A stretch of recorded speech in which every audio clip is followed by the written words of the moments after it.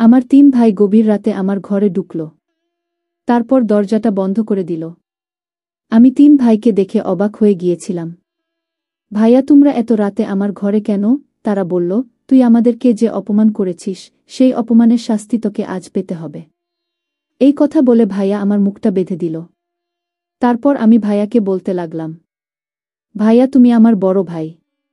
ভাইয়া তখন বললা, চুপ কর, একটা কথাও বলবি না। তুই আমার আপন বোন না, তুই আমার সৎ বোন। এই কথা বলে 3 ভাই মিলে আমার সাথে যা করেছে, বন্ধুরা তোমরা শুনলে তোমাদের মাথা ঠিক থাকবে না।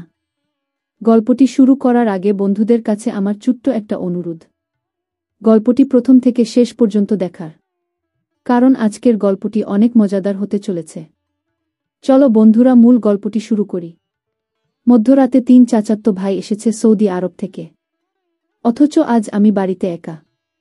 এই 19 বছর বয়সে এই পরিস্থিতিতে কখনো আমাকে পড়তে হয় নাই।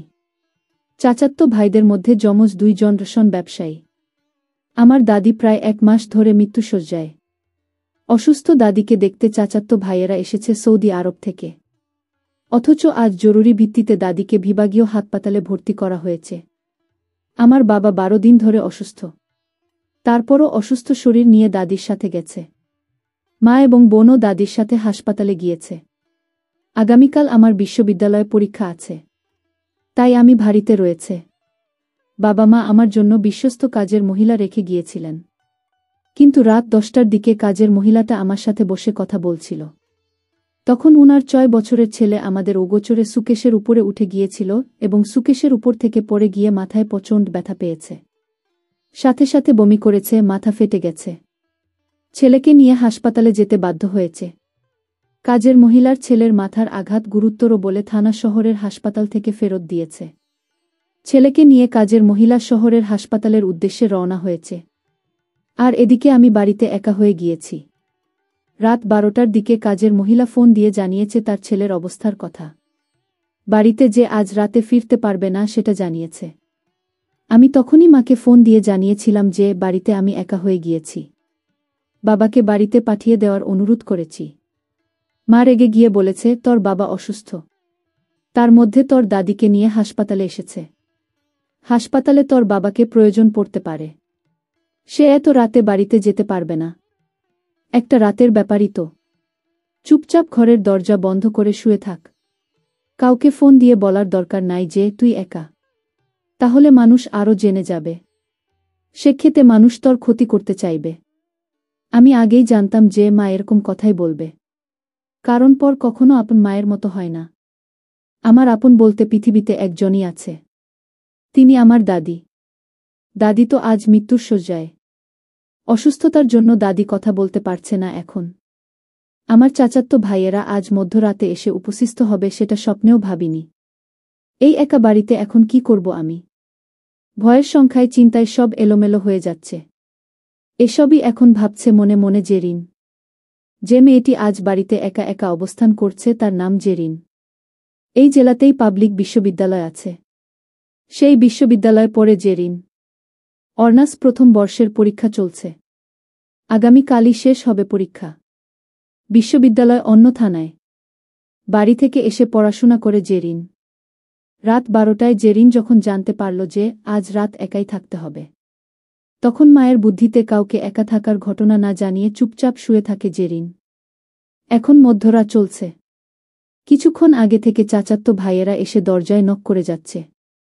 জেরিন শব্দে দরজার কাছে এসে দাঁড়িয়ে আছে। লুকিং গ্লাস দিয়ে তাকিয়ে দেখছে 3 যুবক দাঁড়িয়ে আছে। চাচাতো ভাইদেরকে কখনও সামনে থেকে দেখেনি জেরিন। এক অনাকাঙ্ক্ষিত ঘটনায় 25 বছর আগে ফ্যামিলি থেকে বের হয়ে গিয়েছিল। জেরিনের বড় চাচা মাহফুজুর রহমান এই 25 বছরে একবারও আসেনি বাড়িতে। তার ছেলেরাও কখনও আসেনি এই দাদা বাড়িতে। আজ তার 3 জেলে এসেছে মৃত্যুশয্যায় তার দাদিকে দেখতে। অথচ আজই হলো এমন ঘটনা। বাড়ির সবাই জানত এর সামনের সপ্তাহে আসবে। জেরিন ওর বাবার মোবাইল থেকে বড় চাচার ছেলেদের ছবি দেখেছিল। তাই জেরিন মোটামুটি নিশ্চিত যে দরজায় অপেক্ষামান ছেলেগুলো তার বড় চাচারই ছেলে। তাছাড়া ওদের সাথে লাকেজও আছে। তারপরও সন্দেহ দূর করতে কাঁপা কাঁপা গলায় দরজার ভিতরের থেকে জেরিন জিজ্ঞাসা করছে, আপনারা কারা? আমরা সৌদি আরব থেকে এসেছি। ভাবছে দরজা খুলবে কি না, কিন্তু না খুলে উপায় আছে, কত দূর থেকে এরা এসেছে। জেরিন ভাবছে দরজা খুলে বুঝিয়ে বলবে যে আজ বাড়িতে এক। এইসব ভেবে দরজা খুলে দিয়েছে জেরিন। জেরিন জানত ওর চাচাতো দুই ভাই দেখতে খুব সুন্দর। আজ সামনে থেকে দেখে আরও বিস্মিত হয়েছে। জেরিনের দাদিও খুব সুন্দর। যেমন দুই ভাই দাদির গায়ের রং পেয়েছে, জেরিন নিজের তার দাদির গায়ের রং পেয়েছে। কিন্তু সৌদি আরবে থাকা দুই ভাইকে আরও সুন্দর লাগছে। জেরিনকে হাঁ করে তাকিয়ে থাকতে দেখে তুলনামূলক কাটো চাচাতো ভাইটা দরজা টেলে ভিতরে ঢুকে গেছে। বাইরে খুব বৃষ্টি হচ্ছে, রাস্তাঘাটে পানি উঠেছে, তাছাড়া বাসার সামনেও পানি। তাই 3 জনই ভিজে গেছে। যমজ দুই ভাই এখনও দাঁড়িয়ে আছে বাইরে। যমজ দুই চাচাতো ভাইয়ের একজন জেরিনকে প্রশ্ন করছে, তোমার নাকি জেরিন? জি, আমার নাম জেরিন। জেরিন, এভাবে দরজা দরে দাঁড়িয়ে আছো কেন? আমাদেরকে ভেতরে আসতে বলবে না? বাড়িতে নিজের একা থাকার কথা মনে পড়তেই জেরিন বলছে, ঠিক আছে, ভেতরে এসে প্রেস হয়ে কথা বলবো আমরা। বলেই যমজ দুই চাচাতো ভাই ভেতরে ঢুকে গেছে। 3 জন পুরুষ লোক বাড়িতে ঢুকেছে বলে জেরিন ঘামতে শুরু করেছে। দরজা ধরেই এখনও দাঁড়িয়ে আছে জেরিন মেয়েটা। ওর যমজ চাচাতো ভাই একজন জেরিনকে প্রশ্ন করছে, বাড়ির সবাই ঘুমাচ্ছে নাকি? জেরিন শুকনো গলায় বলল, আজ আমি ছাড়া বাড়িতে আর কেউ নেই। চরম অবাকের সুরে একজন বলছে, কি বলছো? চাচা, চাচি আর দাদি কোথায়? সবাই দাদুকে নিয়ে শহরের বিভাগীয় হাসপাতালে গেছে। আপনারা তো এই সপ্তাহের টিকিট ক্যান্সেল করেছিলেন। আগামী সপ্তাহে সৌদি আরব থেকে আসার কথা ছিল আপনাদের। আজ এসেছেন কেন? আর না জানিয়ে এসেছেন কেন? জেরিন বলল, আমাদের একজনেরও টিকিটের ব্যবস্থা করতে পারিনি বলে আজকের ডেটে না আসার সিদ্ধান্ত নিয়েছিলাম। কিন্তু 10 দিন আগে টিকিট ক্যান্সেল করতে গিয়ে উল্টো আরেকটি টিকিটের ব্যবস্থা হয়ে যায়। দেশে ব্যাপারটা জানাতে এই 10 দিনে বহুবার কল দিয়েছি, কিন্তু চাচার সাথে কোনো যোগাযোগ করতে পারিনি। চাচা ছাড়া এই ফ্যামিলির অন্য কারও নাম্বারও আমাদের কাছে ছিল না।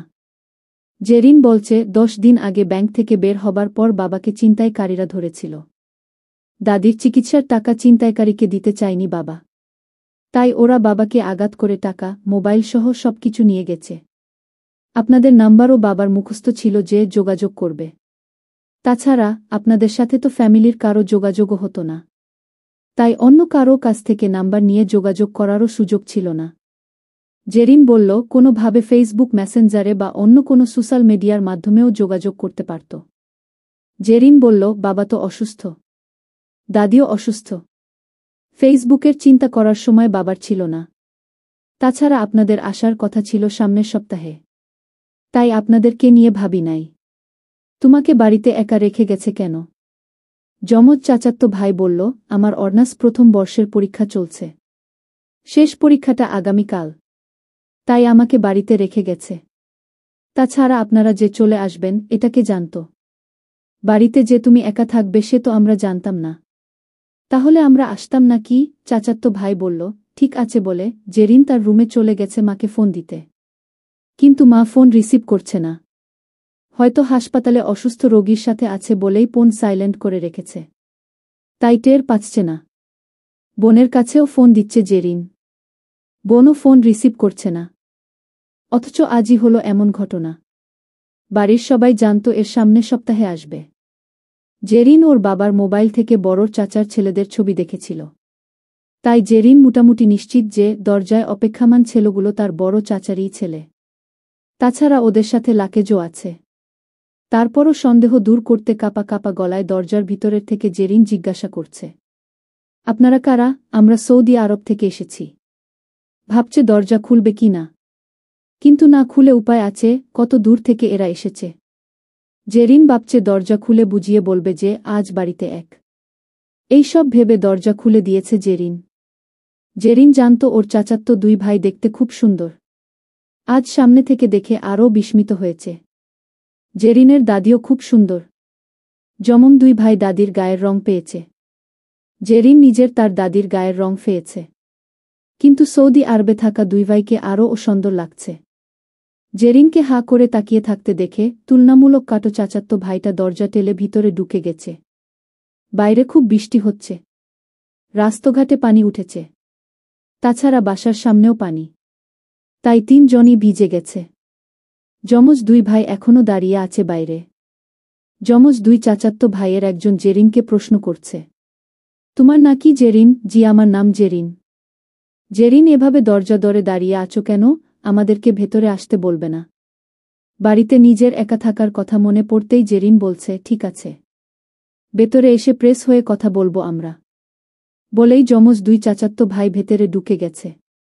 3 জন পুরুষ লোক বাড়িতে ঢুকেছে বলে জেরিন ঘামতে শুরু করেছে। দরজা ধরেই এখনও দাঁড়িয়ে আছে জেরিন মেয়েটা। ওর যমজ চাচাতো ভাই একজন জেরিনকে প্রশ্ন করছে, বাড়ির সবাই ঘুমাচ্ছে নাকি? জেরিন শুকনো গলায় বলল, আজ আমি ছাড়া বাড়িতে আর কেউ নেই। চরম অবাকের সুরে একজন বলছে, কি বলছো? চাচা, চাচি আর দাদি কোথায়?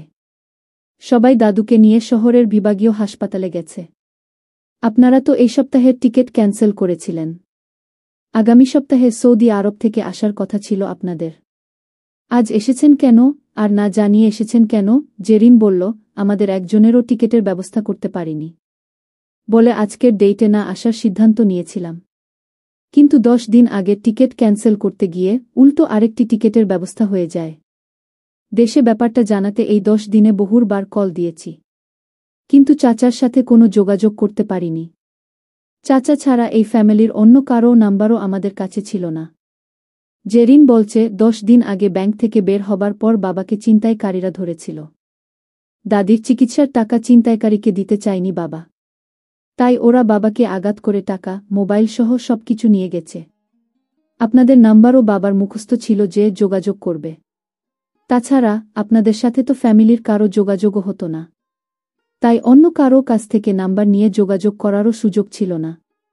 জেরিন বলল, কোনোভাবে ফেসবুক মেসেঞ্জারে বা অন্য কোনো সোশ্যাল মিডিয়ার মাধ্যমেও যোগাযোগ করতে পারত। জেরিন বলল, বাবা তো অসুস্থ, দাদিও অসুস্থ। ফেসবুকের চিন্তা করার সময় বাবার ছিল না। তাছাড়া আপনাদের আসার কথা ছিল সামনের সপ্তাহে। তাই আপনাদেরকে নিয়ে ভাবি নাই। তোমাকে বাড়িতে একা রেখে গেছে কেন? যমজ চাচাতো ভাই বলল, আমার অনার্স প্রথম বর্ষের পরীক্ষা চলছে। শেষ পরীক্ষাটা আগামীকাল। তাই আমাকে বাড়িতে রেখে গেছে। তাছাড়া আপনারা যে চলে আসবেন এটা কে জানত? বাড়িতে যে তুমি একা থাকবে সে তো আমরা জানতাম না। তাহলে আমরা আসতাম না কি? চাচাতো ভাই বলল, ঠিক আছে বলে জেরিন তার রুমে চলে গেছে মাকে ফোন দিতে। কিন্তু মা ফোন রিসিভ করছে না। হয়তো হাসপাতালে অসুস্থ রোগীর সাথে আছে বলেই ফোন সাইলেন্ট করে রেখেছে। তাই টের পাচ্ছে না। বোনের কাছেও ফোন দিচ্ছে জেরিন। বোনও ফোন রিসিভ করছে না। তো কি বলতে চাচ্ছেন? আপনারা কি বাড়ি থেকে যেতে চাচ্ছেন না? জেরিনে বিনয়ের সাথে কিবরিয়া বলছে, আমরা এখানে থাকলে তোমার কোনো ক্ষতি আমরা করব না। এই বৃষ্টির রাতে আমরা কোথায় যাব? এখানকার কোনো কিছু আমরা সেভাবে চিনিও না। কিভাবে যাব বলো? জেরিন বিরক্তির সাথে কিবরিয়াকে বলছে, যেভাবে এসেছেন সেভাবে যাবেন। কিবরিয়া মুখ মলিন করে বলছে, আমরা তো ঢাকা থেকে গাড়ি করে এসেছি। সে গাড়ি তো ছেড়ে দিয়েছি। ভেতরে এসে যে এমন পরিস্থিতিতে পড়তে হবে সেটা তো আগে বুঝতে পারিনি। কিবরিয়া সাহেব, আমি এত কিছু বুঝি না, আমি আপনাদের সাথে থাকতে পারব না। তুমি তোমার রুমে থাকবে। আমরা অন্য রুমে থাকব। আমাদেরকে নিয়ে কোনো টেনশন নেই তোমার। এই এলাকাটা শহর নয় যে কোনো হোটেলে গিয়ে উঠব। এই মধ্যরাতে এই বৃষ্টির মধ্যে আমরা কোথায় যাব বলো? জেরিনের কপালে এসেছে চিন্তার ভাঁজ। বেশ চিন্তিত সুরে বলছে, আপনারা কোথায় যাবেন আমি জানি না। তবে আপনাদেরকে চলে যেতে হবে এখান থেকে। প্লিজ আপনারা চলে যান এখান থেকে। রিজওয়ান এলমন্ড লাফিয়ে এসেছে জেরিনের সাথে ঝগড়া করার জন্য। কিবরিয়া এলমন্ডকে ইশারা করে বলল, চুপ থাকতে। কিন্তু জেরিনের কথা শুনে কিবরিয়ারও মেজাজ গরম হয়েছে। এই মেয়ে তোর সাহস তো কম না। আমাদের বাড়ি থেকে আমাদেরকে তাড়িয়ে দিচ্ছিস। আজ তোর খবর আছে। এতক্ষণ তোর অপমান সহ্য করেছি। আর না, এখন আমরা 3 ভাই মিলে আজ তোকে উচিত শিক্ষা দিব। তোকে আজ এমন শিক্ষা দিব তুই তা সারা জীবনও ভুলতে পারবে না। আমরা 3 ভাই কি জিনিস আজ তোকে দেখাব। আজ তোরে এমন শিক্ষা দিব যে এই শিক্ষা কোনো দিনও ভুলতে পারবি না। আমার নিজের বাড়ি থেকে তুই আমাকে তাড়িয়ে দিতে চাচ্ছিস। আজ তোকে এমন শিক্ষা দিব যে তুই কোনো দিন কারও কাছে বলতেও পারবি না। তুই আমাদের অনেক অপমান করেছিস।